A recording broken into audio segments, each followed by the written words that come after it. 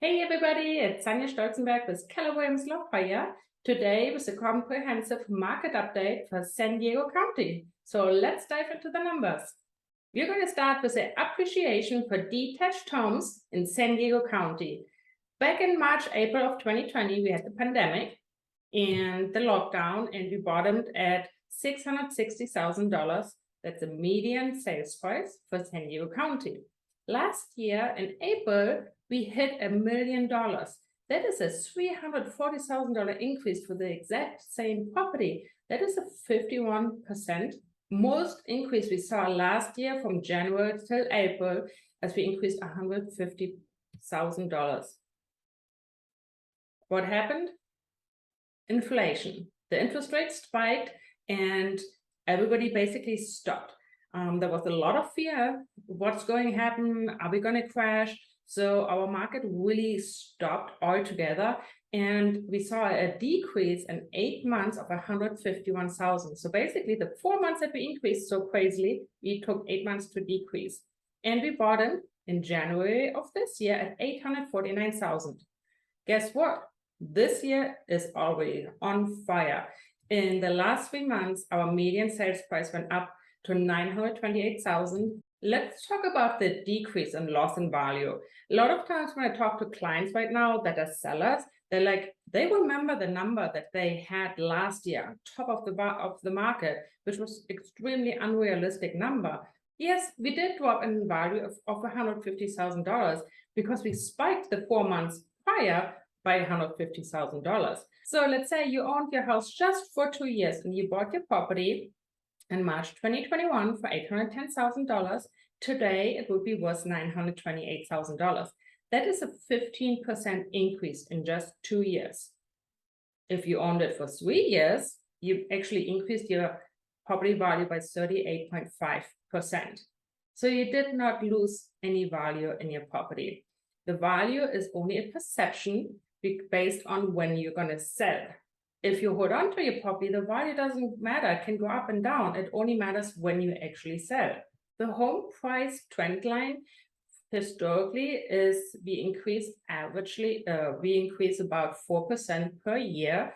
And you can see that greenish curve right there, that is a 4%. So we went way above during the last market cycle in 2005. We went below. And just in the last 2 years, we went above it again, and we're almost back to where we should be. Let's talk about the inventory. That's a huge factor why our prices are what they are. So during the pandemic, in April, we had about 3,000 properties for sale, and December is always the lowest month of inventory. In 2020, we had 2,559. December 21, 2107, and then just now, 3 months ago, we had 1,400 properties for sale.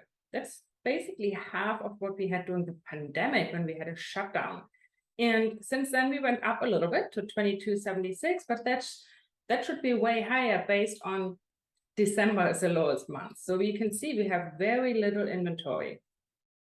Sold properties, of course, when we have little inventory, we cannot have that many sales, and the lowest month of sales is always January, as December is the lowest month of inventory.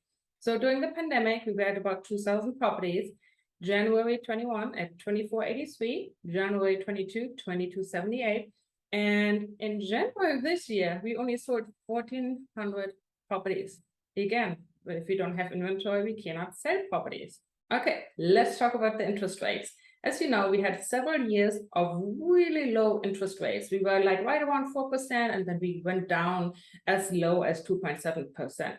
And that's why last year, when we had the extreme interest rate hike, it felt like the world stopped. However, this year they already came down. We are in the high 5s and low 6s. And you can see that in the last 3 months, they kind of go up and down and up and down. And we're basically going to expect exactly the same thing for all of this year. Historically, we are actually right on trend. Over the last 30 years, we were right around 5.97, and over 50 years, over 7% And right now we are high fives, low sixes. So we are historically actually on par. It is just that we had for the last couple of years such low interest rates that it feels like we are so high, but we're actually not. Let's talk about what the interest rates and the price increase actually means for the buyers. Let's say you were buying a house back in January 2021, so 2 years ago. That house was $741,000 at a 2.74% interest rate, was about $3,268. Now, with the market increase and interest rate increase, that house is now worth $880,000 with a 3.45% interest rate, and your monthly payment went up at the peak of the market last year in April.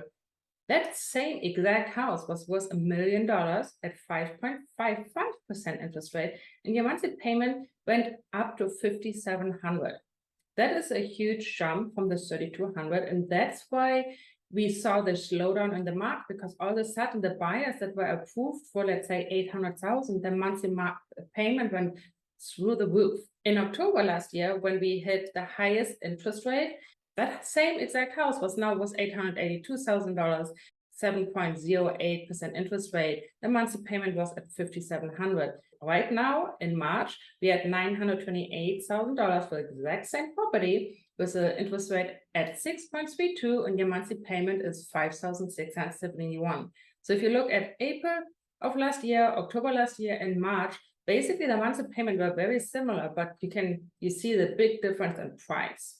This might sound really scary and not good for buyers, but you're buying for long term. You're buying to own a house, have the American dream. You're not buying for the interest rates or the price. You're buying to own and build your equity. Here's a very comprehensive analysis of buying versus renting. So if you look in the left top, this is for property at $900,000.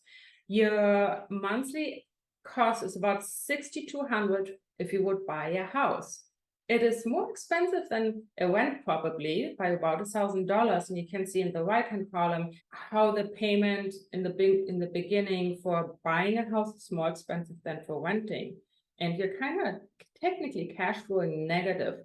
However, where the positive comes in is in the equity you build and the money you put into your property. So those numbers together, just in 5 years, you gain $250,000 by owning a property.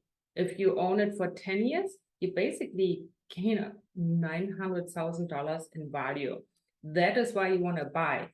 You cannot just look at your monthly expenses, but also at the appreciation of your home and the money that you put towards your loan, so you're paying it down and you build your equity. I know this is a lot of information, probably way more information you were hoping for. I love to deep dive into the numbers, and if you have any questions, please reach out to me. I can put you in contact with one of my lenders who can walk you through the options, what is available, and maybe make a game plan so you can buy maybe in 6 months or a year. But homeownership is very, very important. So please reach out. I hope you loved my educational video and have a fantastic day.